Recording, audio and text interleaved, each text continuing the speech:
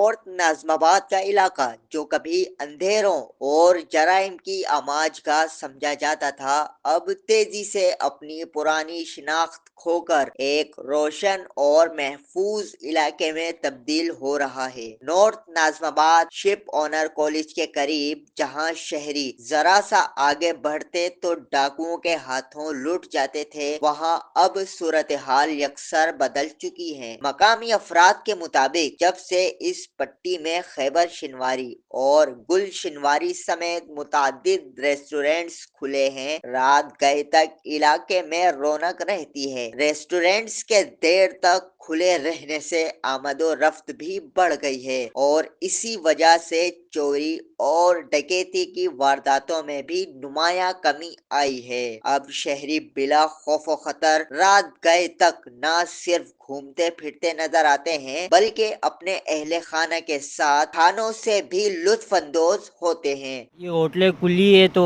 ماشاءاللہ سے پہلے جو ہے نا شام کو یہاں کوئی نکلتا بھی نہیں تھا، بہت وارداتیں ہوتی تھی، اور ابھی ماشاءاللہ سے بہت سکون ہو گیا یہاں پر جتنے بھی لوگ رہ رہے ہیں بڑے سکون سے ماشاءاللہ سے، اور پوری رات یہ ہوٹلیں کھلی رہتی ہے اور سب کو رونق لگی رہتی ہے۔ عوام کا مزید کہنا تھا کہ ان ریسٹورنٹس کی وجہ سے علاقے میں روشنی، رش اور دیگر سرگرمیاں بڑھنے سے وہاں ایک بار پھر زندگی لوٹ آئی ہے۔ Zain Ansari, C110 news, Karachi.